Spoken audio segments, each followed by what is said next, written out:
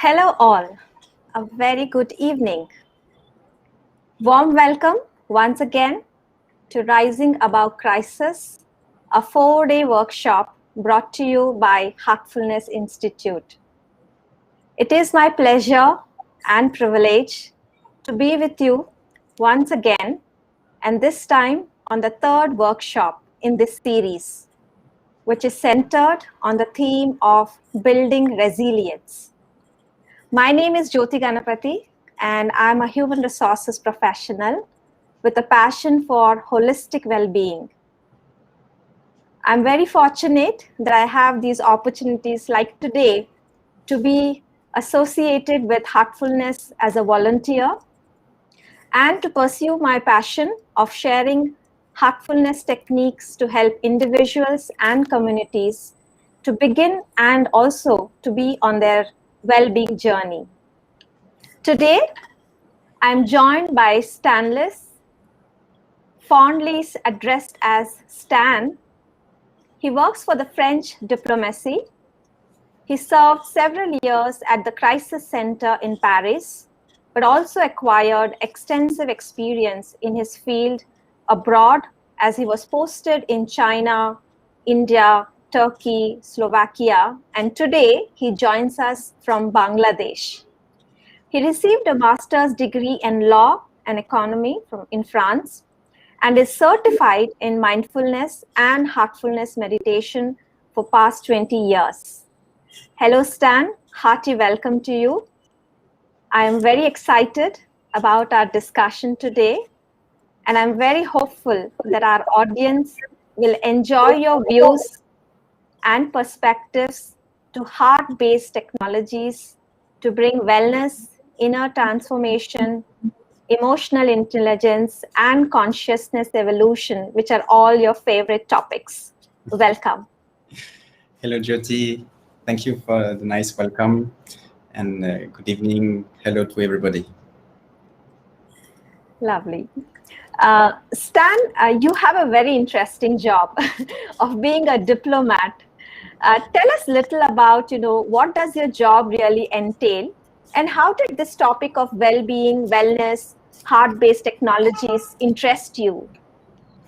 Yes. Thank you. There is one cliche that we have for the life of a diplomat. We think that he enjoys nice cocktails and nice dinners and ceremonies, and he enjoys a lot of privileges. And I may also share that the diplomatic immunity that we can benefit from does not give you any immunity for coronavirus or for any stress or challenges that,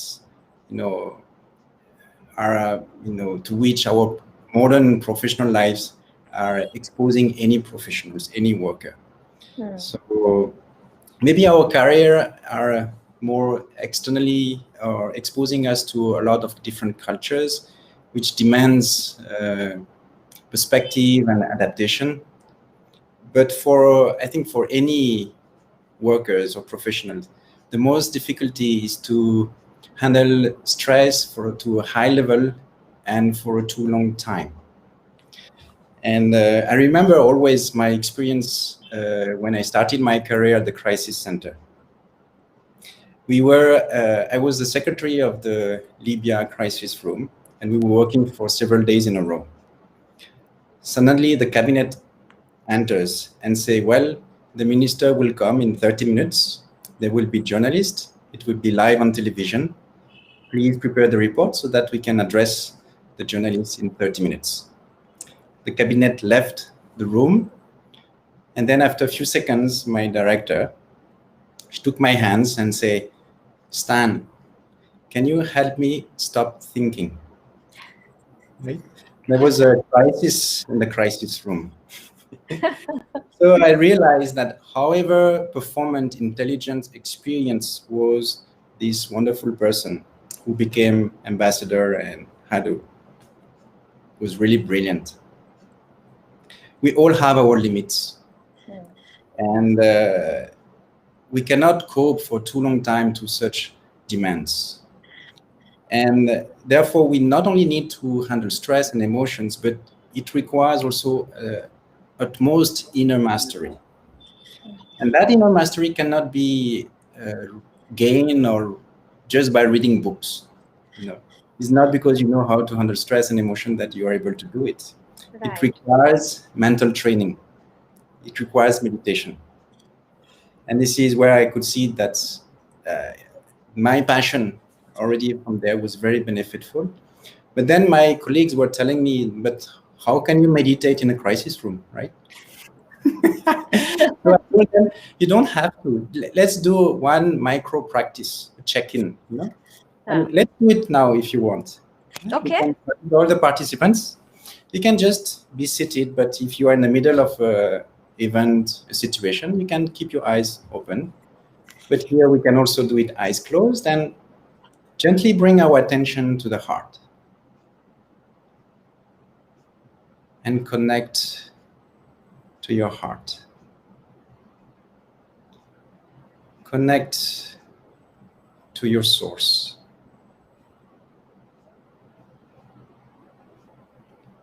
To the source of light already there, and drawing your attention inwards. And feel this longing, which is there to be one and the highest you can be.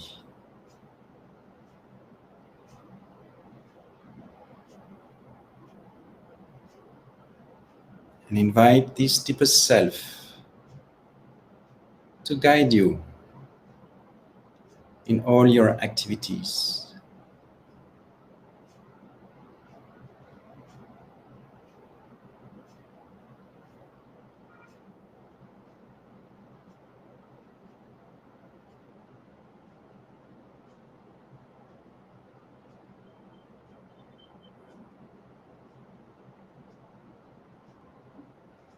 That is all. Take your time. Gently reconnect with your surrounding and bring back your full attention to the session. So that 1 minute, can give in time of challenge like air of bubbles, bubble airs, like to rejuvenate, recenter ourselves. And it's like micro meditation. It's a wonderful concept to adapt in our busy professional lives. Absolutely. That 1 minute can be so powerful just to get centered to what's there in the present moment. And as you said, just kind of, like the bubbles are released, you suddenly feel clarity and you feel connected just in that 1 minute. So it's so powerful. So thank you for transforming stress into wellness. wellness. Really, Okay. in terms of emergency, can transform stress into wellness. That is the key message. Absolutely. So that here's an invitation to everybody to try this out, this 1 minute powerful centering exercise.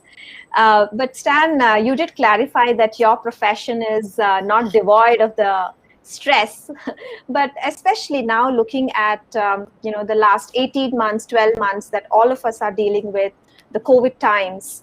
How has life been any different for you?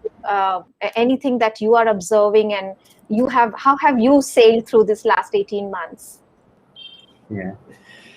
So for me, the most challenging part was to remain emotionally connected despite social distanciation and with the impossibility to see my family for several months. And to be totally helpless in case anything wrong would have happened. The borders were closed. There was no flight. If anything would have happened, I would have been like totally in despair. And that was affecting me at a deep level. What is the meaning of all of this? Why should I work and being miserable? It was emotionally quite challenging. And I think in the last module, there was a session on cleaning. And that really helped me to understand that I don't have to be, victims of my emotions. For that, over the past year, I have developed a strong interest for science. I would like to show now what I have learned at that time. Okay, lovely. Yeah. So,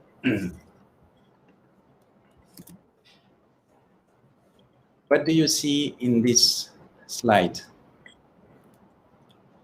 You see something which is black and white, right? And try to observe your mind. Yeah? And now you cannot figure what is happening. What is this, right? You don't see anything. You cannot make sense of it. Yep. And what do you see now? You see the bee, huh? Yeah. Okay. And now what do you see?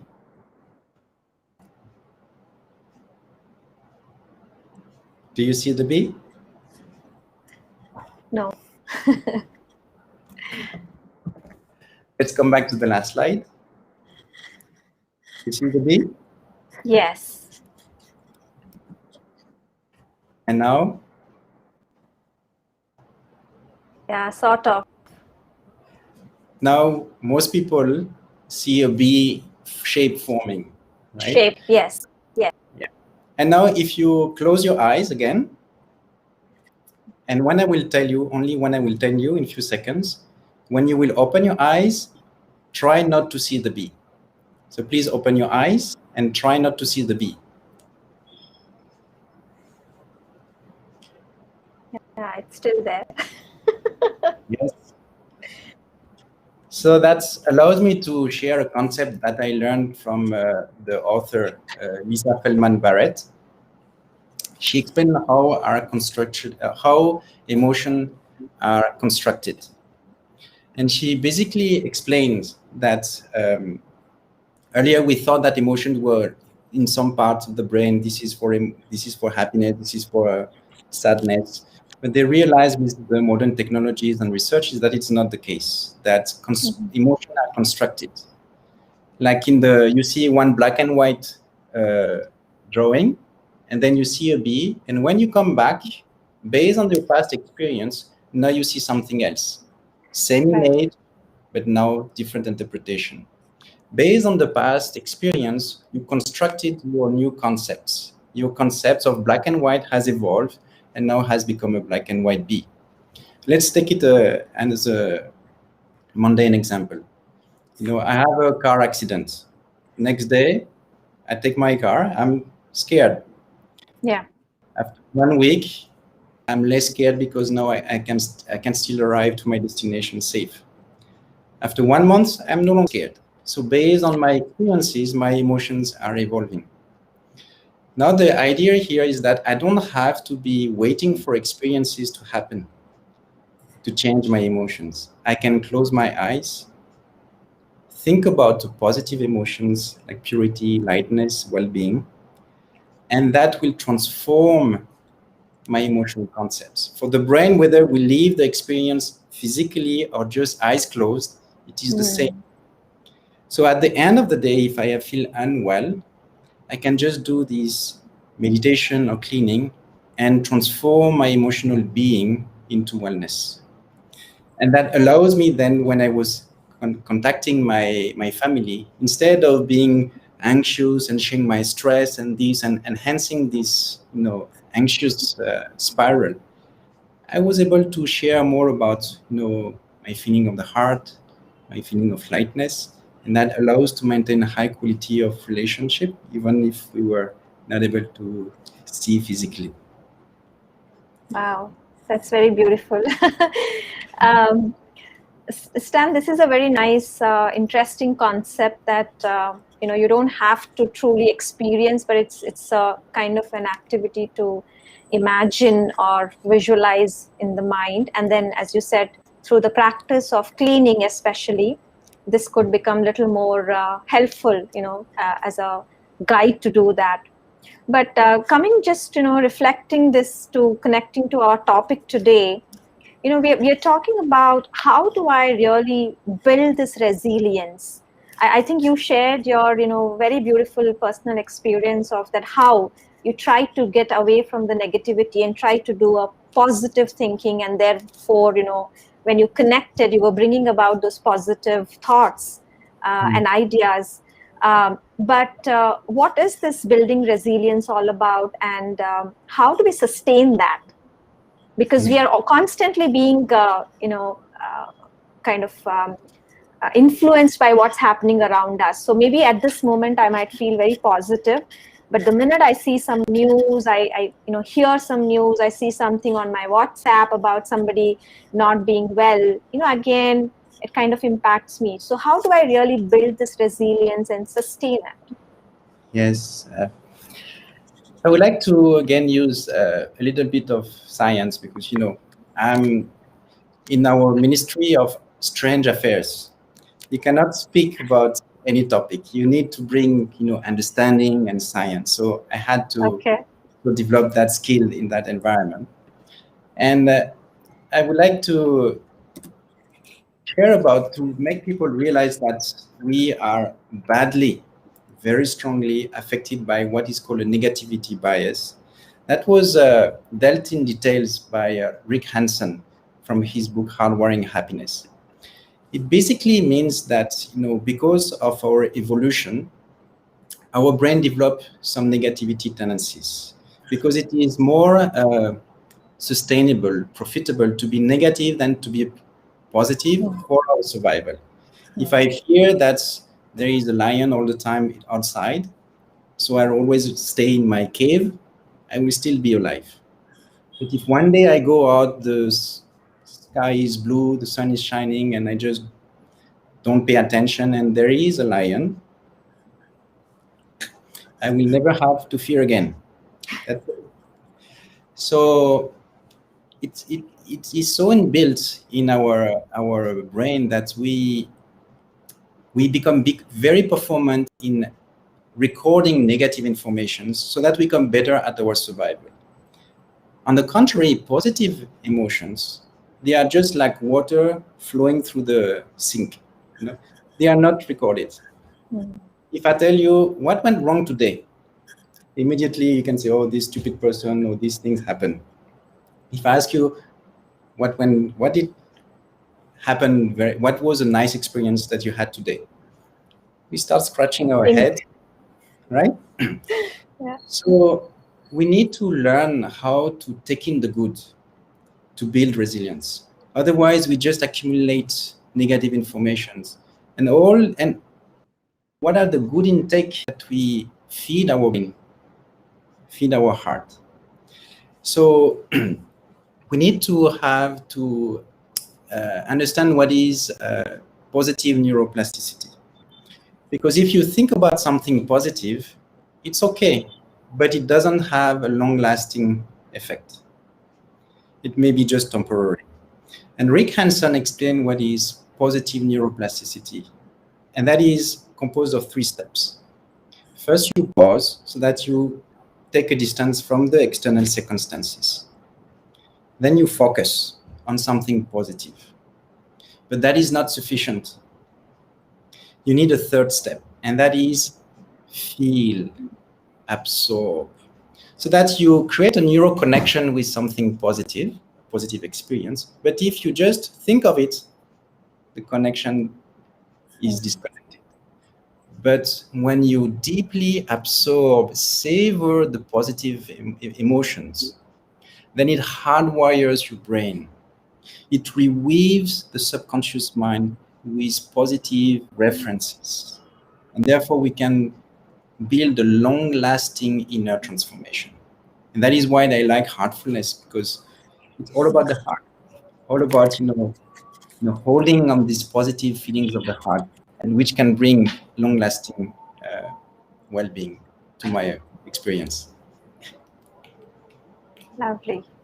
Very nice. So maybe then, I'm going to request our audience to keep coming, keep sharing their questions on our chat window, because we will spend the last few minutes before we wrap up this session today on all the questions that's popping up as, Stan is, sharing all the insights about, our brain and how we are wired and how this whole positive neuroplasticity can actually help about bring a change in our outlook and our ability to stay resilient.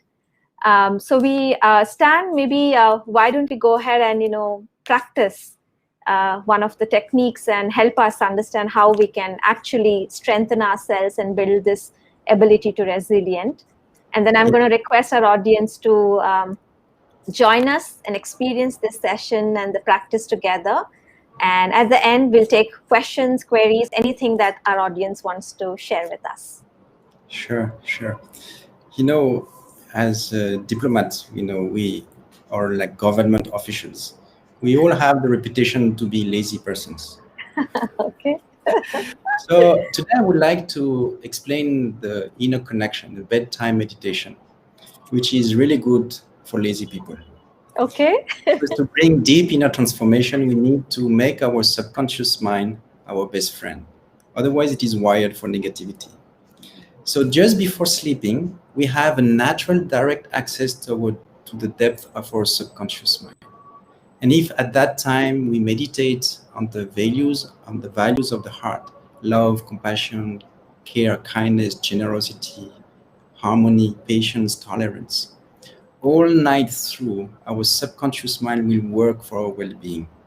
Just for 10 minutes, 15 minutes of meditation, you can have a whole night of well-being. And if we have a life of 80 years and we sleep 8 hours a day, it comes to 26 years that we can, develop, weave for our well-being. So, shall Yeah, we now? yeah, absolutely. Let's go ahead. Okay. So again, sit very comfortably, but with your back straight and with attention, closing your eyes very gently, softly.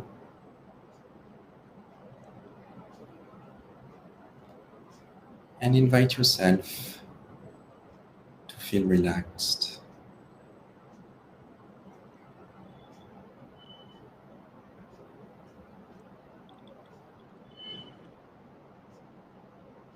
You can scan your body. And if you feel any tension, just bring your attention to this place and invite it to feel relaxed.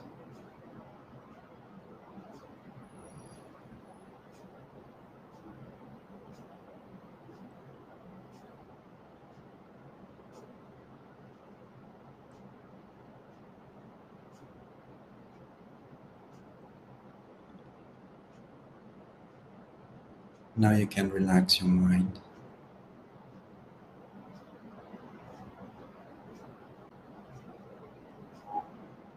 And bring your attention to the heart.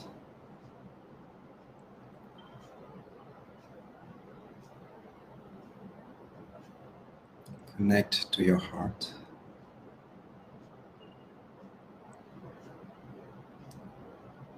To the source of light already present there.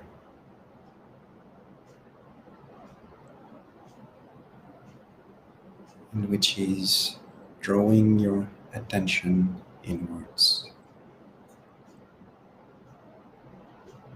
Pulling your attention within.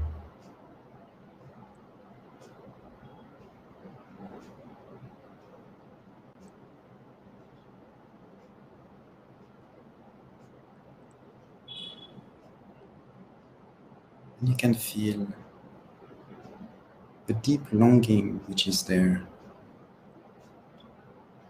to be one and the highest you can be.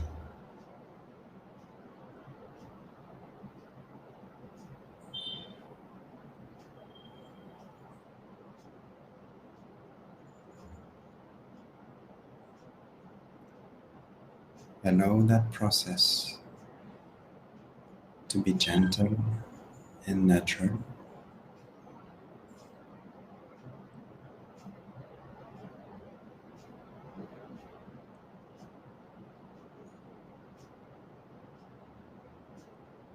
Invite this deepest self to guide you.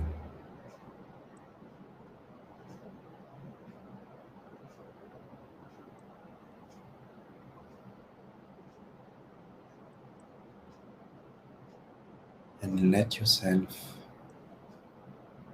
dive deep within.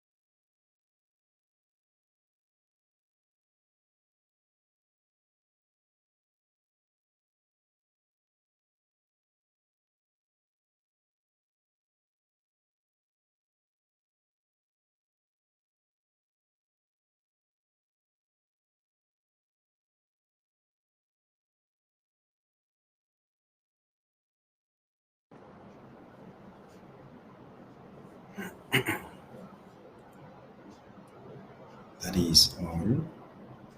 But take your time and keep your eyes closed for a moment. Observe your feelings, your inner space, and savor, absorb this new quality of being.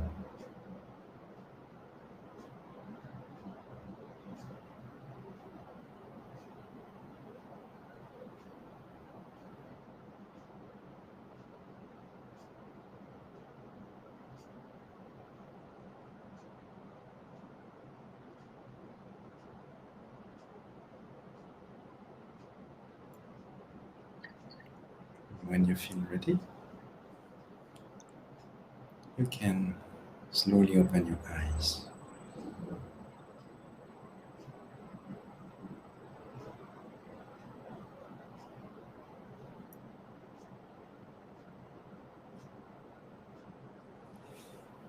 Thank you.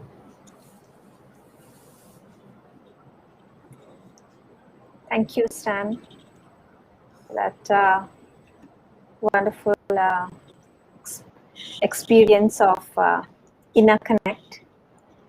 I hope everyone was able to enjoy and try experiment with this technique. And I'm looking for questions or comments, but we also have a very quick reflection of how you feel right now. So if we can please bring up the Menti survey, and you will see the link that's available on your channel description right now. So you can click on that and directly go to the link and answer this very quick 2 questions. Or you can go to www.menti.com and enter this code 35261123. I'll repeat 35 26 11 23.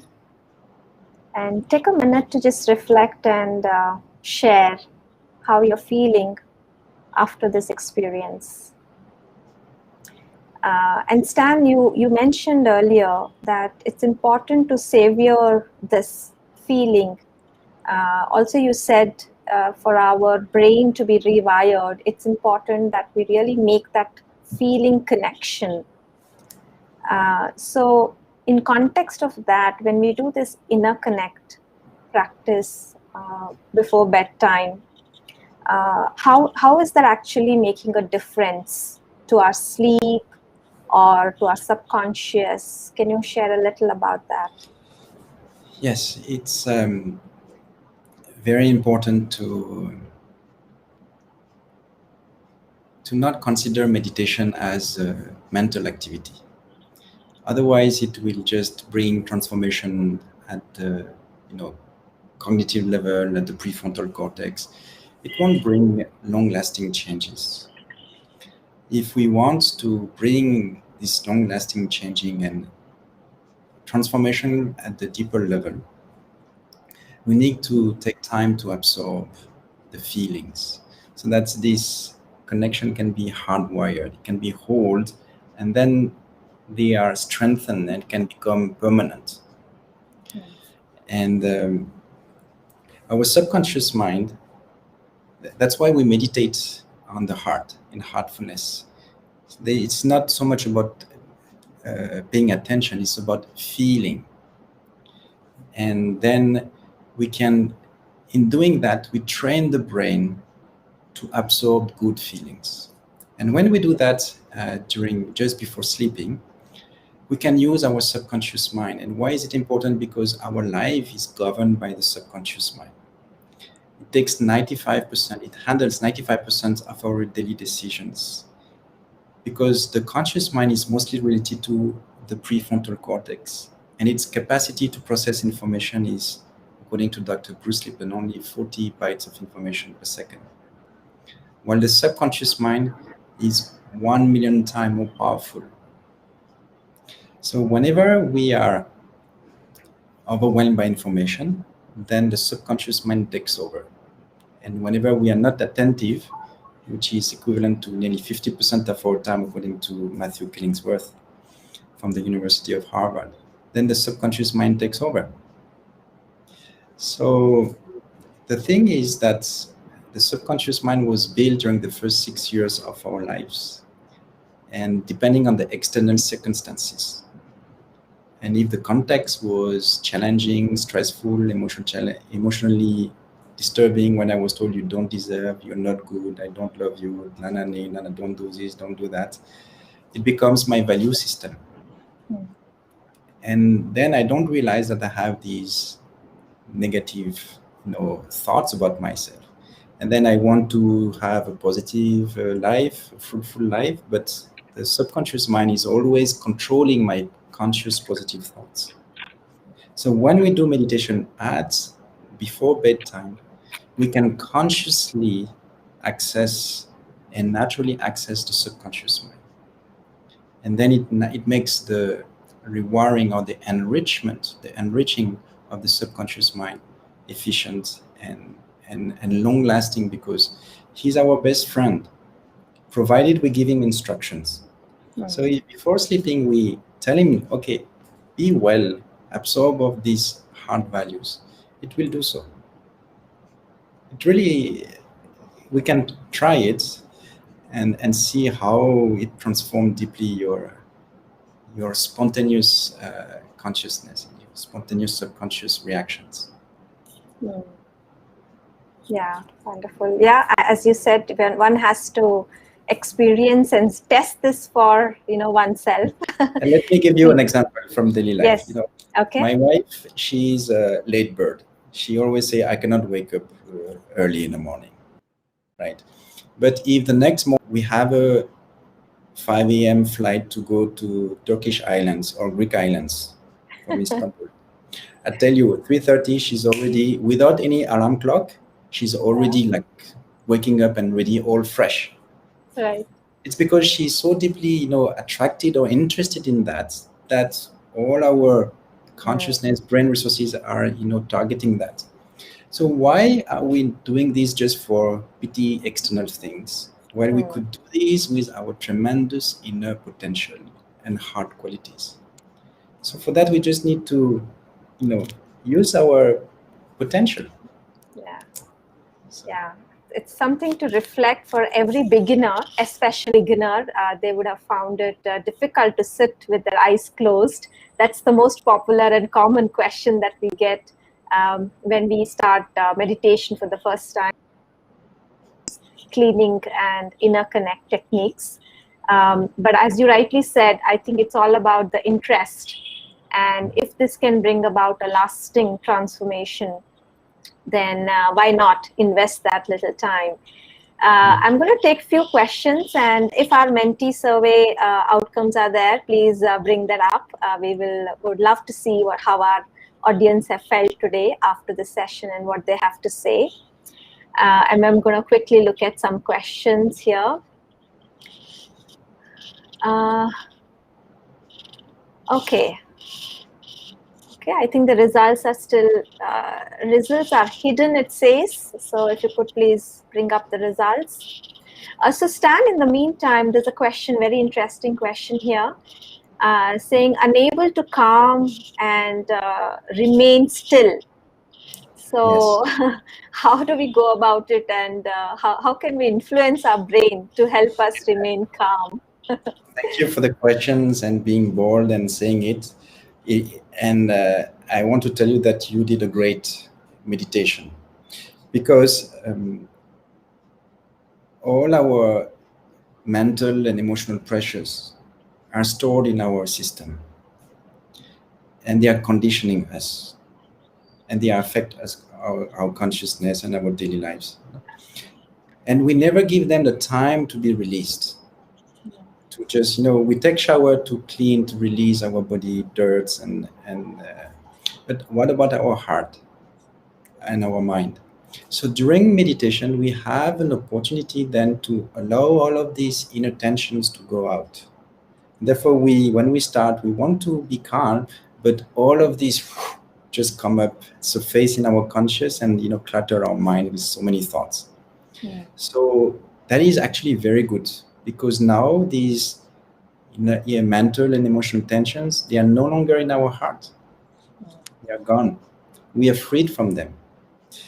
So what is important is not to observe how we feel during meditation, even though it will become more and more enjoyable, but is to observe how we feel after meditation.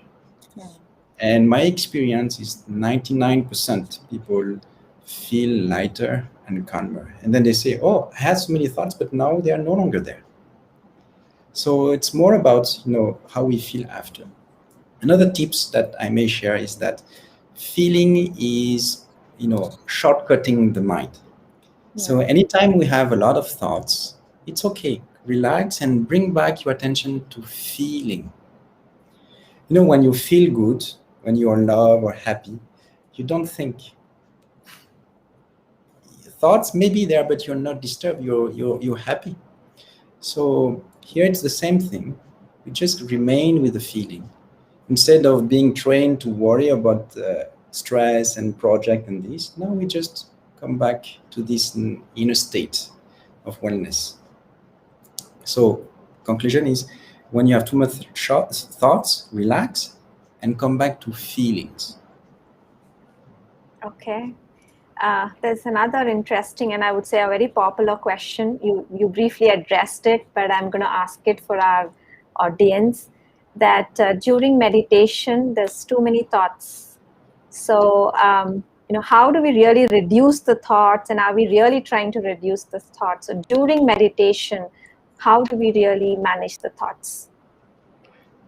So when you have thoughts, it's like a sky where the clouds are passing by.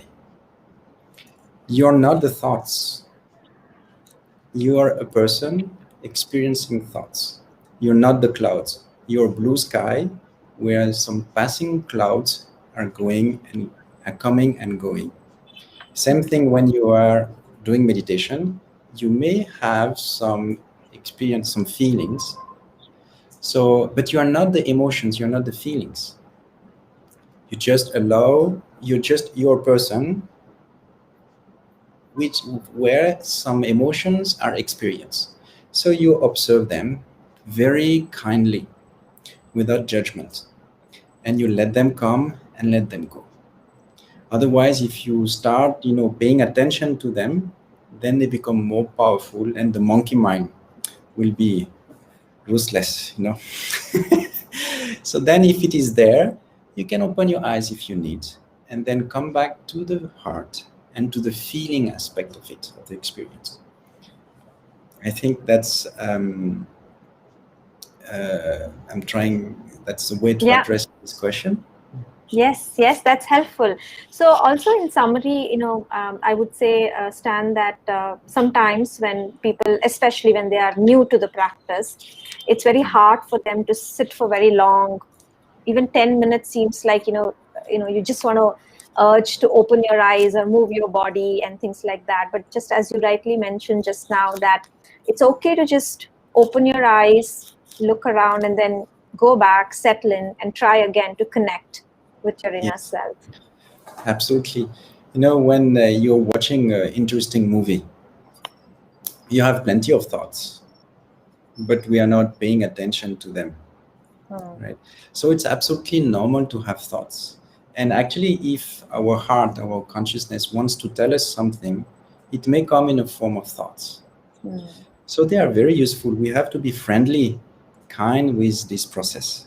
So now with the heartfulness based or heart based practice, we try to feel what is really relevant to me, what is appealing to me, so that I can discriminate what are the thoughts which are coming from the outside aggressions or instant floating over us, instead of the thoughts which are coming from my inner voice, my inner intuition, aspirations. And for that, we need to calm down, to make a pause, Otherwise, if we are not controlling our attention, then it always get distracted, and we feed our brain with whatever is given to it. So now when we train to pay attention to the heart, we are always feeding our mind and attention with these positive feelings of the heart. And gradually it brings like a state of ease. I like this sentence: when your heart is at peace, your mind is at ease. Try to think when you have one emotion of fear or anger or happiness. You cannot think one emotion and your entire brain goes in every direction. You cannot take decisions. So now when we bring the heart at peace, then the mind becomes clear, becomes, even if there are turbulences, but it does not affect your inner centeredness. So my key message is handle this with a lot of love and kindness. Let's not be judgmental, because then people, what they do is that, I'm not able to meditate. And then what do they do is that they give the instruction of the subconscious mind not to be able to meditate. And they spoil their meditation. Okay. Just relax, take it easy, and appreciate the results after it. It's like going to the gym. You sweat, maybe it's unpleasant, it stinks, but after you feel stronger. Yeah, absolutely. So that's the true test of whether you've had a good meditation. Wonderful. Let's bring up the Menti. I guess all our participants have shared how they're feeling. So wonderful. Thank you so much, everyone, for taking the time to share how you're feeling. So as you rightly said, Stan, consistently, we do see this in all our programs that 99% of the people, and here it's 100% of the people, feel they calm and relaxed after meditation. Let's go to the next question. What do we have there? Okay. Great. Again, 97% of the people feel they learned something new. So thank you so much. And then some 3% feel they somewhat disagree. Okay, do let us know. We'll bring more interesting and learning ideas that you're looking for. So thank you for that feedback. And of course, the last question is about leaving your email ID if you're interested to get the support or any help to continue and learn the practice of heartfulness meditation. So with that, I'm going to take one more question, Stan. There are a couple of them on the chat window from our audience today. There's a question about we give a suggestion that there is a source of divine light in our heart, and then we meditate on that idea. So can you elaborate on what is the source of divine light? Why that suggestion? Yeah, so it is an idea of the highest goal possible, or the highest level of consciousness available, the highest potential inside us, or the inner perfection.